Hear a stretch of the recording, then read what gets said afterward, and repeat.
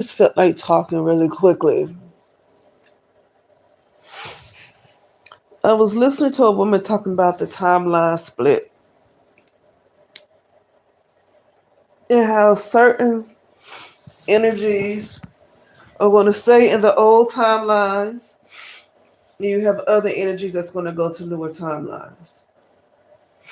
And she was using Charlie Kirk as an example. And she was looking at how people responded. I don't know if she knew much about him because I didn't even know much about him. A lot of people did not know much about Charlie Kirk until he passed away and got a lot of mainstream coverage. And people started to realize who he was. But she used an example of how one person said, I didn't like him, but I'm not going to celebrate his death. And then she used the example of another set of comments where it was just completely horrifying, celebrating his demise, and saying that he was such an evil person and such and such and such and such. And that's what I'm going to get to. Do not celebrate when your enemies fall. That's Proverbs 24:17. And you know what? Regardless of whether you are a Bible person or not, this actually is kind of true. I'm going to say this. Charlie Kirk, I'm not going to celebrate his death. But I'm going to say this. There's a particular energy that I don't want to ever come into contact with, that I want to completely just go in the newer timeline. Charlie Kirk said some very, very ugly things about brown people that I did not realize. Because when I first watched a couple of his videos, because I didn't know who he was, so I just listened to his debates on college campuses and maybe sometimes with other people. And to me, he made a lot of sense in what he said. I might have disagreed with one or two things he said, but for the most part, I agreed with most of what he had to say. Because it just sounded like common sense. It's not even about having the statistics right. It just sounded like common sense. When you hear brown people, now when people say, oh, he talked about brown people, the only part that I knew about at the time, because I didn't know him, was he's just saying that, the oppression type of mindset that the Democrats like to hold over the collective of brown people. They like to hold, and I'm talking about political leaders, right? Political leaders. They like to hold this mentality of oppression and keep you focused on white supremacy. This is what I notice a lot with the left side. Now, I'm not a Republican. I'm not on either side, because both far left and the far right, they're too much. They're both too much, and they're both wrong. The far right is still wrong, because look at how the far right is responding to Charlie Kirk's death. They're trying to intimidate people, and then look at the far left and how they are. Both sides are completely unhinged. They're completely unhinged. Okay. But anyway, so I just thought the little bit that I heard of Charlie Kirk was he's just telling people just to kind of get out of that oppression and victim mindset. And I heard him talking to this one brown lady. I think she was in the military and she graduated from college.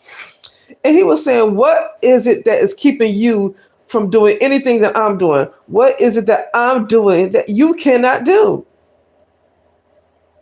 And I understand that people can talk about white supremacy and white privilege and all that stuff. But for the most part, she's able to live her life. She was able to join the military. She was able to go to college. She's able to travel wherever she wants to travel. Nobody's going to stop her. She's able to sit wherever she wants to sit. Nobody's going to stop her. True, yeah, you're going to have some people who's ignorant, who have ignorance in their mind when it comes to a person of brown skin. And because they hold this ignorance in their mind, then it's always going to be division with people, because you have other folks who carry this idea in their mind that brown people are inferior. And you have people of lighter complexion that carry this idea that brown people, the darker you are, the more inferior. And because you have folks that carry this idea in their minds, that's always going to carry division. And that, I'm going to get to this point right here, because, yeah, at that point, yeah, I get sick of that. I do get sick of the victim mentality. I don't care how racist some white people are, so-called white people are, because white is an illusion and black is an illusion. I don't care how racist some white people are. I don't want to continue to have this victim mindset being forced down my throat. And that is something that the far left always wanted to push on the collective of brown people. That's something they always forced. And if you did not feel that way, something is wrong with you, and you're like delusional if you did not feel that way. So in that sense, I agreed with a lot of what he had to say, because I was tired of it too. It's like, I get there's a lot of racism, but stop forcing the victim mentality down my throat. Stop forcing it, right? So that is what I thought. For the most part, he was trying to get brown people to see, to get out that victim mentality, constantly talking about oppression and how you can't get nowhere, and how the white man get to get places that you can't. Always fussing about it. But what I don't understand about brown people is, if brown people are some of the most religious people, I don't understand why your God can't help you get past white supremacy. So that lets me know that they have a form of godliness, but deny the power. Okay. But I started seeing more of Charlie Kirk. He was a racist. And I don't care if people are racist. You can have your feelings. But when you get on the media and you have a large platform and you talk about things like, if my pilot is black, this is his words. If my pilot is black, my first thought would be, oh my God, I hope he's qualified. He said, if my pilot is black, my first part would be, oh my goodness, I hope he's qualified. Now, I know he said that not necessarily because he feel like, he has said that brown people don't have the processing skills. Okay.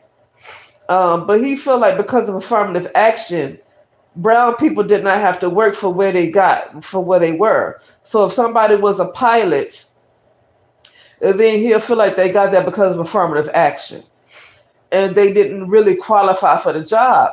So he's feeling like, because they're just only there because of their skin complexion, but they didn't actually do the work to get there. Now, that's a lot of ignorance. And I'm going to say it's a lot of ignorance because it's a lot of white people that did not earn a spot, so they only got there because they are white. Okay? But anyway, so yeah. But then, like I said, the other stuff that he said about Michelle Obama and the other women that's in politics, said some very nasty things, saying that affirmative action, they only got those positions because of affirmative action, and they took the slots that belonged to white people. He didn't say they took the slots that belonged to other qualified people. He said they took the slots that belonged to white people. Okay, and I think later on in the conversation, he might have changed it up and brought up Asians or something. But that sentence right there said affirmative action is what put Michelle Obama and other ladies in politics where they are, and they took the slots that belong to white people. And he talked about how they don't have the brain processing power to qualify. That's dangerous rhetoric. And then you had another lady, I forget her name, but I guess a lot of people know who she is. But like I said before, my last video, my last upload, was a brown lady talking about she did get her job because of affirmative action, but it was because it was so much discrimination against brown people. It's not because brown people didn't earn what they get. It's not because they didn't work hard. She went to college. She put in the work. But because of discrimination, she could not get the job. That's what she was saying. But because of his ignorance and his lack of understanding, he's trying to say she doesn't have brown processing power. She doesn't have brain processing power. He made fun of the way she kind of stuttered when she said affirmative action. He made fun of the way she talked.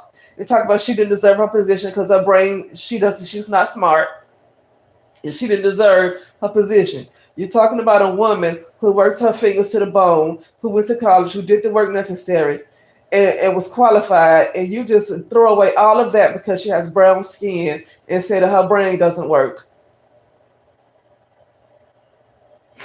And he really talked about a lot of brown women. And so I'm gonna say this: I don't believe in celebrating. I don't believe in celebrating when your enemies fall because it is true that even my family, I call my brother a warlock. I don't want to call him my brother anymore because I realize this is like a movie.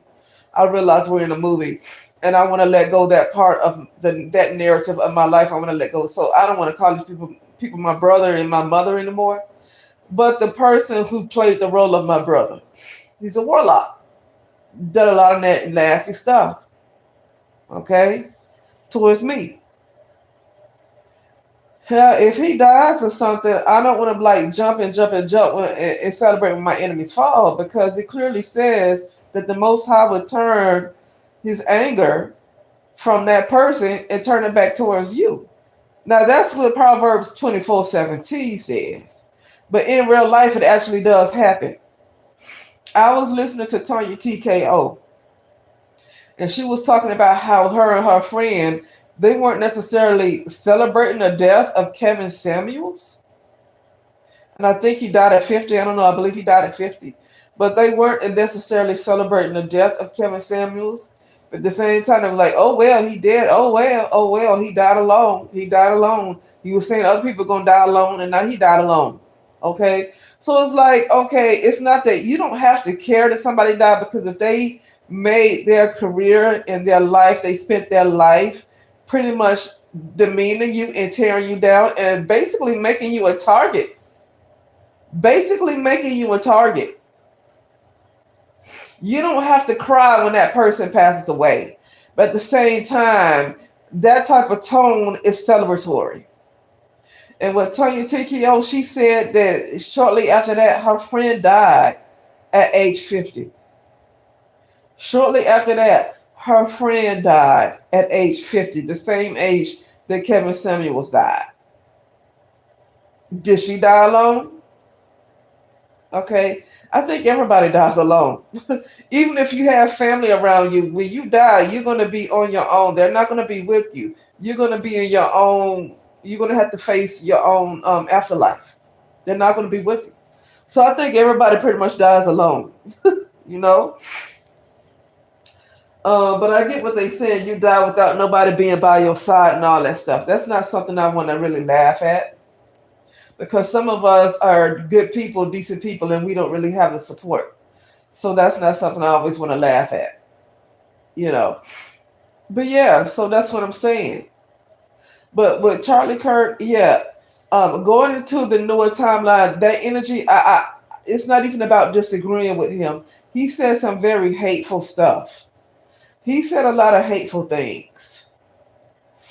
And you make this group of people that you're talking about, you make them more of a target. And on top of these other guys who were going online constantly bashing brown women, him getting online and constantly talking about brown people in affirmative action, but really, really talking about brown women and how they didn't deserve the positions they got, and they only got that because of affirmative action, because they don't have the brain processing power. I mean, and he said that more than once. That was dangerous. It was close. It's along the lines of hate speech. It's not even about disagreeing with you. It's not even about disagreeing. See, when you say disagreeing with somebody, I can disagree that on something that like very like you can pick a particular topic that you can disagree on. This is not about disagreeing. That was hate speech. That was hate speech. That's beyond somebody else's opinion. When your speech is so dangerous that you make another group of people a target, this is not about disagreeing with somebody. Okay?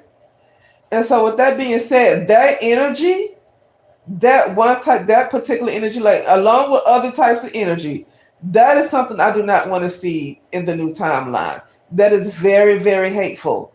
That is very, very hateful and very, very ignorant to literally throw away the work that a group of people, especially brown women, a lot of brown women, especially around that generation, worked they butt off to get to where they are. They had to fight. Look at this movie called Hidden Figures, where I think it was Taraji P. Henson, Octavia Spencer, and I forget the third one. It's another lady. They were like they had to go to another building to use the bathroom while the white people were able to use the bathroom in that building. But then a person like him talks about, but they only got the job because of affirmative action. They had to work twice as hard as the white people. And he says something ignorant, like they weren't qualified. When the white people never had to work as hard, especially as brown people around that particular time. I'm not talking about brown people around this time. Some brown people don't have to work at all. So I can see if he's talking about brown people in this generation. No, a lot of times they're not working nearly as hard as the boomer generation. They're not working nearly as hard as the boomer generation had to work. Now, if he would have said that the brown people like Gen Z in this generation, because of some Generation X still had to work hard, okay? But if he said some of the Gen Zs, they are underqualified, they didn't have to put in the work that some of their ancestors had to put in, I can agree with that comment. I can be like, okay, I can see a little bit of racism in him, but I can see his points. Because I saw some racism in him when he was making sense. But I was like, but he's making sense. So I can see something that's going on in his heart. But some of the things he's saying, I agree with him. But when you talk about these boomers and criticize them and say they were underqualified, they didn't do anything, they only got there because of affirmative action, after the type of abuse that they had to take from white people, they had to work twice, 3 times as hard as white people. And he says some ignorant stuff out of his mouth. See, when you get on the boomer generation, you talk about how they didn't deserve the positions they got when they had to work so hard to get there. That's when I feel like he's dangerous, and that's why he goes along the lines of KKK to me. That energy, and I'm talking about an energy like that. I'm not talking about celebrating his death, because it's not even about somebody's death. It's the energy that needs to die. Okay, not necessarily the vessel. It's an energy that needs to die out. And that energy needs to die out. And you have some white people that might not see it that way because it's not them. It's not them that he was attacking. Now, he might have been attacking some of the left's views as far as LGBTQIA. But when it came to brown people, he attacked a whole group of people. And he demeaned them. Okay? And he just completely disqualified all of their work, hard work that they put in to get to where they are. He completely disqualified all of their work because their skin is brown. That is some KKK type of rhetoric. And it's not even about disagreeing with him. That was hate speech. That was hate speech. So it's not even about his death. Because even with his death, that type of energy still lives on. And that is a type of energy that I do not want to ever come across ever again. And that's just one type of energy that I don't want to come across. I'm tired of people envious. I'm tired of jealous people. I'm tired of greed. It's a lot of stuff that I don't ever want to see in the new timeline. But that right there needs to die out. I'm tired of it. It needs to die out. I'm tired of colorism. That needs to die out. Okay? But anyway, I gotta go and I will talk later.